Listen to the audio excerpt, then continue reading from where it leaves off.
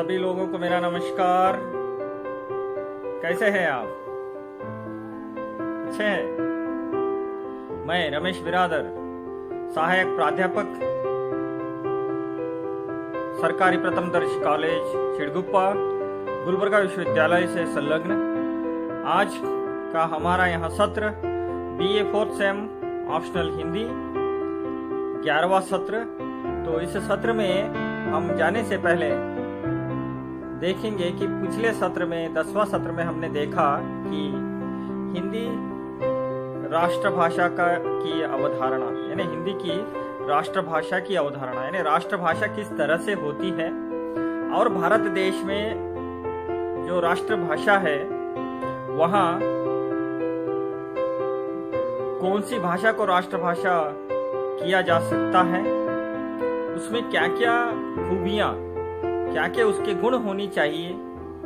तो गांधी जी के हिसाब से वह बहुसंख्यक बात करना चाहिए और हमारे देश की राष्ट्र की संस्कृति और राजनीति और हमारे समाज का द्योतक होना चाहिए और ज़्यादा से ज़्यादा उसे हम सरलता से समझना चाहिए और एकता के रूप में हमें वह भाषा मिलना चाहिए। तो यहाँ सब कुछ गुण हमने देखा कि हिंदी में थे। तो आज हम देखेंगे कि राष्ट्रभाषा के रूप में हिंदी का विकास किस तरह से होता है। राष्ट्रभाषा की अवधारणा तो हमने पिछले सत्र में देखा, तो इस सत्र में हम देखते हैं कि राष्ट्रभाषा के रूप में हिंदी का विकास। जब हिंदी का नाम जब हम लेते हैं तो हमें हमारे दिमाग में, हमारे जहन में तीन ही बात आते हैं। वहाँ है आदिकाल, मध्यकाल और आधुनिक काल। हम तीन भागों में हम बांटते हैं। तो उसके अंदर ही फिर कंफ्यूज मत हो जाइए कि फिर सर ने एक काल को छोड़ दिया है। वहाँ कौन सा काल है बोलिए? हाँ, रीतिकाल। तो रीतिकाल, भक्तिकाल इसके अंतर्गत ही आते हैं। तो राष्ट्रभाषा के रूप में हिंदी का विकास के रूप में आज के सत्र में हम देखेंगे। तो राष्ट्रभाषा के रूप में देखने से पहले जब भारत देश जब 1947 15 अगस्त को जब स्वतंत्र हुआ था, उसके बाद 14 सितंबर को 1949 को हमारे देश में जो संविधान रचना समिति बनी थी, उस रचना समिति में भारतीय संविधान में एक राजभाषा होनी चाहिए।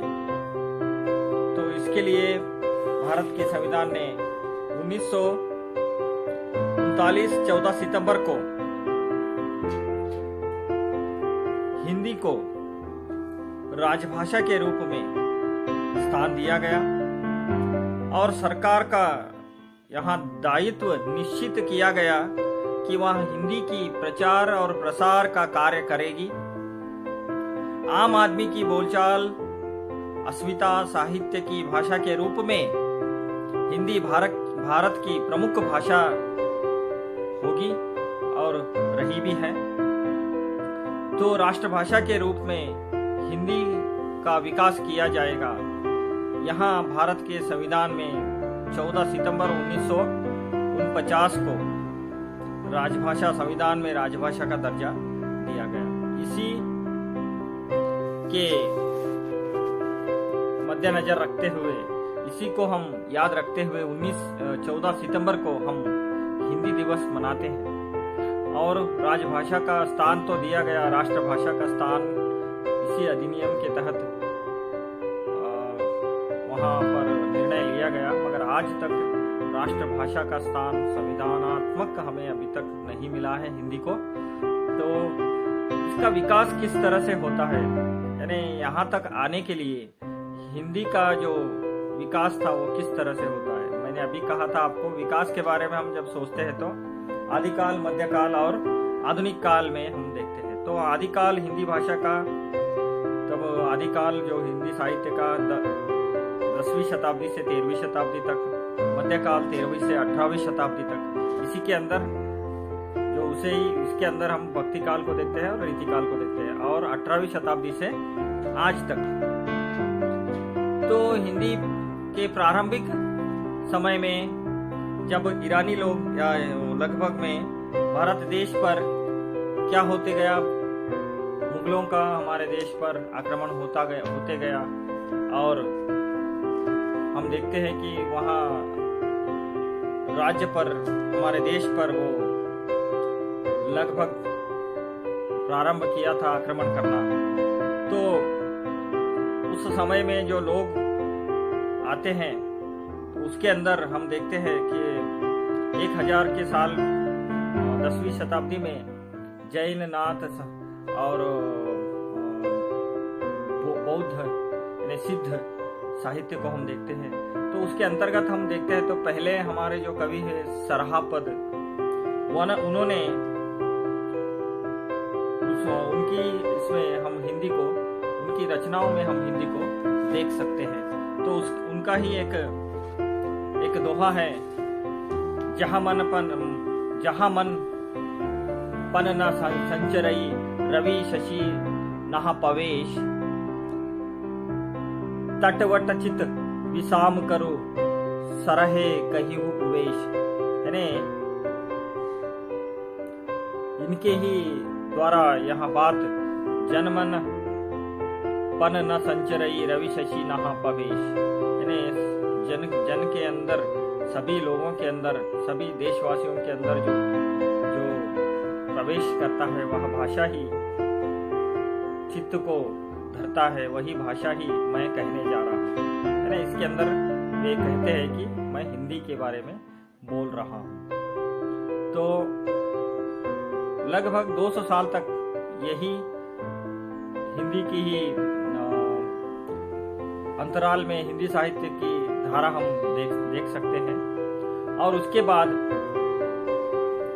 जब आगे हम देखते हैं कि 15वीं शताब्दी तक हिंदी भाषा अपभ्रंश काल में अपभ्रंश के नाम से ही जानी जाती थी, और उत्तर अपभ्रंश को कुछ विद्वानों ने क्या कहा था, पुरानी हिंदी कहा था, और अवहट के नाम भी यहाँ पर 10वीं शताब्दी में देते हैं। यहाँ हमने पहले भी देखा है, परंतु वास्तव में वहाँ हिंदी ही थी। तब रामकुमार शर्मा बोलते हैं, रामगोपाल शर्मा बोलते हैं, यद्यपि अपभ्रंश अपने मूल रूप में 15वीं शताब्दी तक साहित्य की भाषा बनी रही, तथापि 8वीं शताब्दी से ही बोलचाल की भाषा पृथक होकर उसके समानांतर साहित्य रचना का माध्यम भी बन गई थी। इसी को अवहट नाम देना भ्रम उत्पन्न होता है। जिन विद्वानों ने नाम दिए हैं वे भी अपने मत के अंतर्गत प्राय उक्त तथ्य का समर्थन कर रहे हैं। चंद्रदत्त शर्मा गुलेरी ने पहले विद्वान है जिन्होंने स्पष्ट शब्दों में कहा था कि जो अवहट है वह पुरानी हिंदी है, उत्तर अपभ्रंश जो है वो पुरानी हिंदी है। उत्तर शब्द काल का बोधक न होकर साहित्यिक अपभ्रंश से ही इसका बोलचाल की भाषा का बोधक है। यह बात चंद्रदत्त शर्मा गुलेरी ने भी कहा था। तो इसके अलावा आगे चलते हुए रामचंद्र शुक्ल, राहुल संकृत्यान, हजारी प्रसाद द्विवेदी, श्याम सुंदर दास, कई आलोचकों ने मुक्त भाव से अथवा कुछ संकोच से उत्तर अपभ्रंश की रचनाओं को हिंदी साहित्य में स्थान दिया है। तो यहाँ पर हम देखते हैं कि अपभ्रंश में लिखा हुआ कई जो साहित्य है वो हिंदी का ही साहित्य का एक रूप है, यहाँ वहाँ देखते हैं। तो 10वीं शताब्दी में हम देखते हैं कि आदिकाल में ही हिंदी, हिंदुई और हिंदवी के नाम से वहाँ पर चलता रहा, और हिंदी को ही अब्दुल रहमान ने कहा है, देसील बवना सब जन मीठा, यानी देसील बवना, देसी भाषा सबको मीठा होता है। तो यहाँ जो बात है वो हिंदी के ही विषय में कहा था, और आदिकाल में हिंदी के लिए ही हिंदवी, हिंदुई और हिंदू यहाँ प्रयोग होता रहा। 13वीं शताब्दी तक आते आते देखते हैं अमीर खुसरो इसका प्रयोग वो करते हैं, हिंदी के जो भाषा है उसका प्रयोग करते हैं। अमीर खुसरो क्या थे? एक सूफी थे। यद्यपि दिल्ली शाही दरबार में उनकी ओर से उन्होंने युद्धों में भी उन्होंने सक्रिय भाग लिया था। फारसी के अतिरिक्त उन्होंने हिंदी को भी बोलियों की रचनाएं, हिंदी के जो बोलियां थे उसके भी रचनाएं वो करते हैं। इनके इनमें से जो प्रमुख है उस समय में ब्रज, बुंदेलखंडी, कन्नौजी और बंगारू कौरवी, इनका उपयोग वो बेधड़क अपनी साहित्य में करते हैं। तो यहाँ पर इस तरह से आदिकाल में हम देखते हैं कि हिंदी किस तरह से वहां अपना जन्म ले रहा था। तो इसके बाद हम देखते हैं आदिकाल के बाद 13वीं शताब्दी से 18वीं शताब्दी तक जो काल आता है वहां आता है मध्यकाल। इस काल में मध्यकाल में भारत के संस्कृति का पुनरुत्थान काल भी इसे कहा जा सकता है। यानी जो मुगल सम्राट है या मुसलमानी दरबार मुसलमान राज्य देश को चला रहे थे, तब जो हिंदू राजाएं थे उनसे लड़ कर थक गए थे, उनमें कुछ प्राण बचा नहीं था। आदमी जब संकट में जब रहता है तब भगवान को याद तो करता ही। तो इस काल को लोगों का जो रुझान रहा वहां भक्ति के तरफ अपने आप को वहां मोड़ दिए। यानी युद्ध का जो काल था वो वहां क्रमेण 13वीं शताब्दी तक आते आते क्रमेण घटता गया और मुगल सम्राट और दिल्ली राजाओं ने, दिल्ली के जो सम्राट लोग थे वो मुसलमान लोगों के वश में चला गया था। तो इस समय में जो रजवाड़े थे या हमारे छोटे छोटे राज्य के राजाएं थे, वे सभी लोग भक्ति की ओर अग्रसर हुए। तो इस समय में कई ऐसे बड़े बड़े कवि उत्पन्न हुए, जैसे कि कबीरदास, सूरदास, तुलसीदास, रामानंद। ये सभी लोग अपने धर्म की ये सभी लोगों ने जो साहित्य की रचना की, हिंदी को समृद्ध बनाया। इसी काल को हम स्वर्ण काल भी कहते हैं। हिंदी का स्वर्ण काल भक्ति काल को कहा गया। इस देश में कई यात्रा करने वाले एक जगह से दूसरे जगह जाने लगे थे। तो इन यात्राओं के दौरान एक जगह से दूसरा जगह जब जाते हैं तब उनकी भाषा जो सभी लोग जान सके, तो उत्तर भारत से दक्षिण भारत में जब आते हैं तो दक्षिण भारत के लोग उत्तर भारत में जब आते हैं तब वहाँ एक भाषा का उपयोग करते हैं। वहाँ हिंदी ही रही, ज़्यादा से ज़्यादा लोग हिंदी का उपयोग भी करने लगे थे। और देखते हैं दक्षिण की ओर भक्ति धारा बहुत प्रवाहित होती है और हम देखते हैं शंकराचार्य, मध्वाचार्य, ये सभी लोगों ने जो भक्ति की नींव डाली थी उसका अगला हिस्सा जो हिंदू संस्कृति में आता है, वहाँ कृष्ण साहित्य और राम साहित्य के रूप में राम भक्ति शाखा, कृष्ण भक्ति शाखा। उसी समय में जो अरबी फारसी के कवि रहे वे भी प्रेम की शाखा वाले निर्गुण संत कबीर, इन सभी लोगों ने हिंदी को इतना समृद्ध बनाया कि संतों की भाषा ही व्यापक भाषा रही। और मध्यकालीन सूफी संतों का भी बात हम जब करते हैं तब भी सैयद महमूद हुसैनी और सूफी कवियों में जायसी, कुतुबन, मंझन, इन सभी लोगों ने इस तरह से हिंदी साहित्य में अपनी रचना की। हिंदी भाषा यानी जो हमारी जो 18 बोलियों में एक बोली उन्होंने जो लिया था मिश्रित भाषा को, तो वहाँ इस समय में जितनी साहित्य की रचना हुई वहाँ अभी तक भी उतना साहित्य की रचना नहीं हुई है, यह बात कहते हैं। तो इसलिए मध्यकाल को हम क्या कहते हैं, स्वर्ण काल के नाम से भी कहते हैं। तो इसके अलावा वैष्णव धर्म भी हिंदी को बढ़ावा देने के लिए बहुत बड़ा अपना विचार रखता है, क्या कहते हैं, अपना योगदान देता है। दक्षिण में भक्ति आंदोलन की 3री शताब्दी के 9वीं शताब्दी तक चला था। तो बाद में दक्षिण में वैष्णवों ने आचार्य की इस भक्ति आंदोलन को पूरा देश में कर दिया था। संभवतः अपने आचरण के साथ ही वहाँ जो भाषा का उपयोग किया था वह हिंदी ही थी। हिंदी को ही उन्होंने माध्यम बनाया था। कृष्ण भक्ति शाखा में ब्रज भाषा को ही अपनी व्यक्तता की माध्यम बनाया था। राम भक्ति शाखा में हम देखते हैं कि अवधी भाषा को उन्होंने अपना माध्यम बनाया था। तो मलिक मोहम्मद जायसी जो अवधी में लिखा हुआ जो उनका ग्रंथ है बहुत ही प्रसिद्ध हो चुका था। तो इस तरह से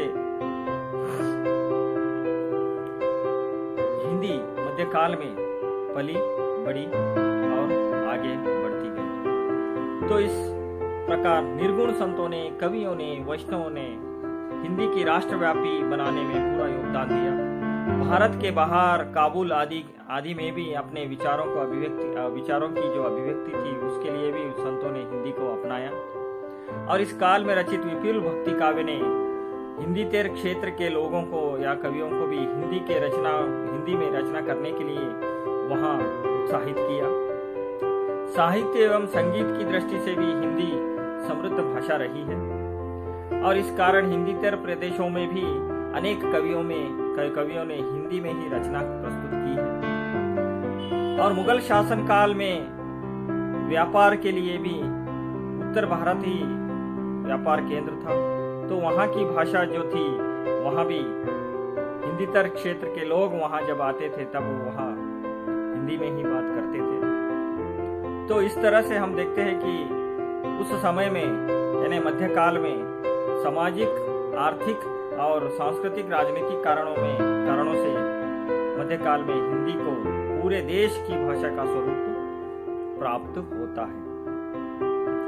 तो आगे तीसरा हम देखते हैं कि आधुनिक काल जो 1800 से 1949 तक की भाषा देखते हैं हम। तो आधुनिक काल में हिंदी को राष्ट्रीय अस्मिता और अभिमान का प्रतीक बनाया गया। यानी 1800 शताब्दी में जैसे हम देखते हैं कि अंग्रेजों ने भारत देश पर आक्रमण कर लिया था, पूरा अपना राज्य चला रहे थे। तो हमारे देशवासियों को समझ में आने लगी थी कि हम लोग पराधीन हो गए।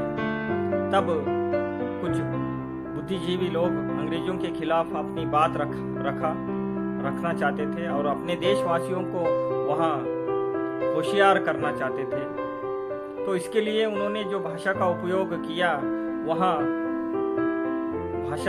हिंदी भाषा थी। तो वहाँ इस समय में हिंदी जो है राष्ट्रीय अस्मिता यानी राष्ट्रीय गौरवता का, अभिमान का एक प्रतीक बन गई थी। हिंदी भाषा के संदर्भ में आधुनिक काल का प्रारंभ हम 18वीं शताब्दी से देखते हैं। तो इसी समय में हम देखते हैं फोर्ट विलियम कॉलेज की स्थापना इसी समय में होता है।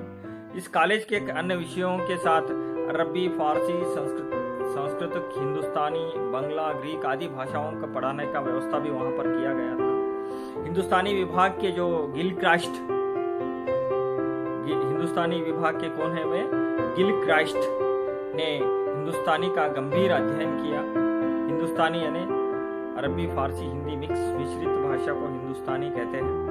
गिलक्राइस्ट ने भाषा की नीति हिंदी के विरोध में पढ़ती है। यानी हिंदी प्योर हिंदी उन्होंने नहीं अपनाया, उन्होंने अपनाया हिंदुस्तानी भाषा को, यानी हिंदी उर्दू मिक्स। 1823 में विलियम प्राइस के विभागाध्यक्ष बनने के बाद हिंदुस्तानी के साथ हिंदी का अध्ययन भी प्रारंभ हो गया और हिंदुस्तानी लिपि शब्दों का अंतर वहां देखने लगे। गिलक्राइस्ट की भाषा नीति के कारण थी, यानी वहां पर उनकी जो नीति थी, जो हमारे कर्मचारी है उनके कर्मचारी थे वहाँ, और पूरे जो हमारे देशवासी है उनके लिए जो भारत देश से उन्होंने जो कर्मचारियां लिए थे उनको और जो भारत देश वासियां जो है उनके लिए भी एक भाषा की उपयोग हो, तो इसलिए उन्होंने हिंदुस्तानी को अपना भाषा चुन लिया और उसका ही वे प्रसार करने लगे थे। तो इसके बाद 1857 में जब हम आते हैं तो प्रथम स्वाधीनता संग्राम लड़ा गया था, वहाँ हम देखते हैं। तो इस संग्राम में भी हिंदी को भाषाई दायित्व निभा रही थी, यानी हिंदी को ही अपना भाषा, यानी इस पूरे संग्राम में जो एक भाषा थी वह हिंदी थी, वो अपना कर्तव्य निभा रही थी। सभी क्रांति समाचार जो लोग संवाद जो संदेश जो भी होते थे वो हिंदी में भेजे जाते थे। और हम देखते हैं कि क्रांति के संदेश करोड़ों लोगों तक पहुंचाना देशी भाषा में, उचित भाषा में जब यहाँ बात उनके सामने आई तो उनके सामने एक ही विकल्प था, वो था हिंदी, और हिंदी ने ही उसका मदद किया। तब 1873 में बंगाली पत्र सुलभ समाचार में वह केशव चंद्र सेन ने लिखते हैं, यदि भाषा एक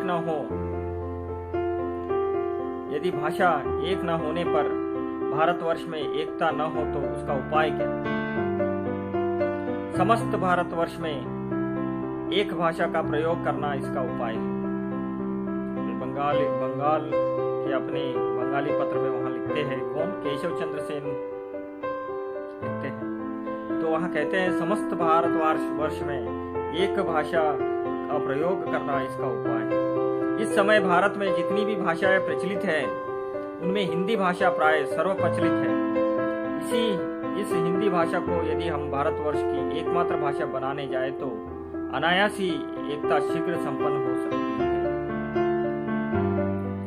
इनकी बातों से हमें पता चलता है कि उस समय में भी हिंदी सभी जगह बोली जाती थी।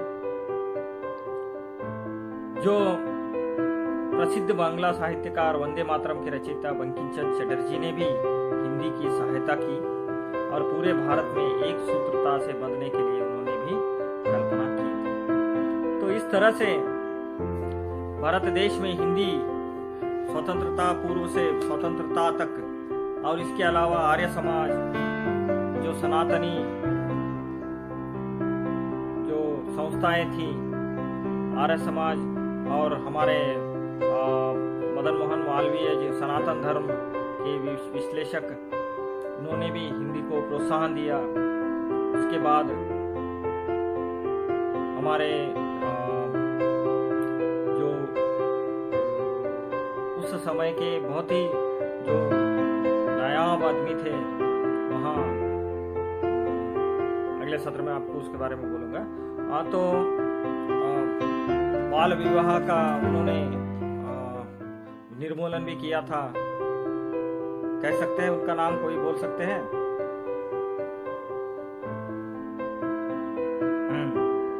तो यहाँ राजा राम मोहन राय थे, तो इन्होंने भी हिंदी को ज्यादा से ज्यादा अपने इसमें लेके जाने के लिए उन्होंने कहा था। और उसके बाद आगे हम देखते हैं कि कई संस्थाओं ने, यानी राष्ट्रभाषा के रूप में कई संस्थानों ने हिंदी के लिए अपना योगदान दिया। यानी गुजरात राष्ट्रभाषा समिति, दक्षिण राज्य भाषा समिति, कई संस्थाओं ने भी हिंदी को अपने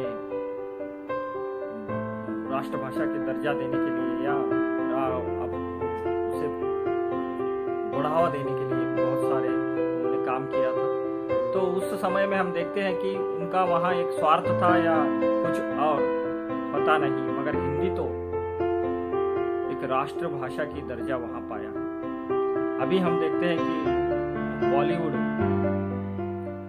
और पत्र पत्रिकाएं, टीवी के चैनल्स सभी कहाँ पर भी उठा के देखो, हिंदी का ही बोलबाला। हिंदी भाषा सबसे ज्यादा बोली जाने वाली भाषा।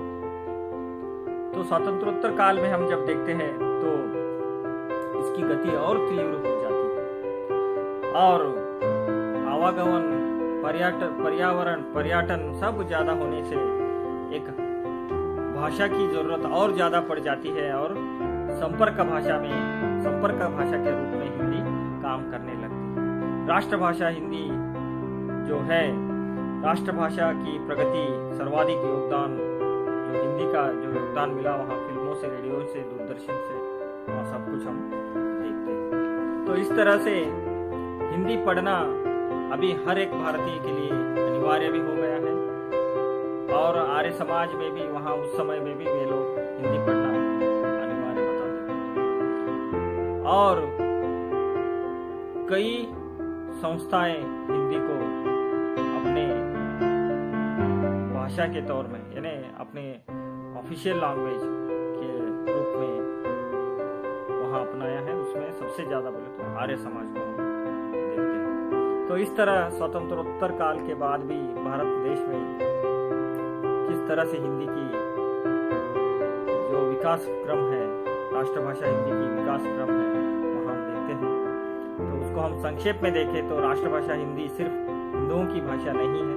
भक्ति काल के सूफी कवियों जैसी कुतुबन मंजन से लेकर कवि रसखान, नीति काव्य के रचयिता रहीम और आधुनिक काल के अनेक मुस्लिम कवि ज्यादा से ज्यादा हिंदी में काव्य रचना करते रहे हैं। और वहाँ उत्तर भारत के मुसलमान, दक्षिण में दक्षिणी के प्रयोक्ता मुसलमानों ने भी हिंदी को राष्ट्रभाषा का स्वरूप प्रदान करने में मदद किया है। तो इस सभी को देखते हुए हम देखते हैं हिंदी भाषा के बारे में और ज्यादा जानकारी चाहिए तो आप डॉक्टर भोलनाथ तिवारी का किताब महल भाषा विज्ञान देखिए, और भाषा विज्ञान गरिमा श्रीवास्तव जी का संजय प्रकाशन दिल्ली से, प्रयोजन मूलक हिंदी नई भूमिका कैलाश पांडे जी का लोक भारती प्रकाशन इलाहाबाद, भाषा विज्ञान और हिंदी भाषा नरेश मिश्रा जी का संजय प्रकाशन दिल्ली का।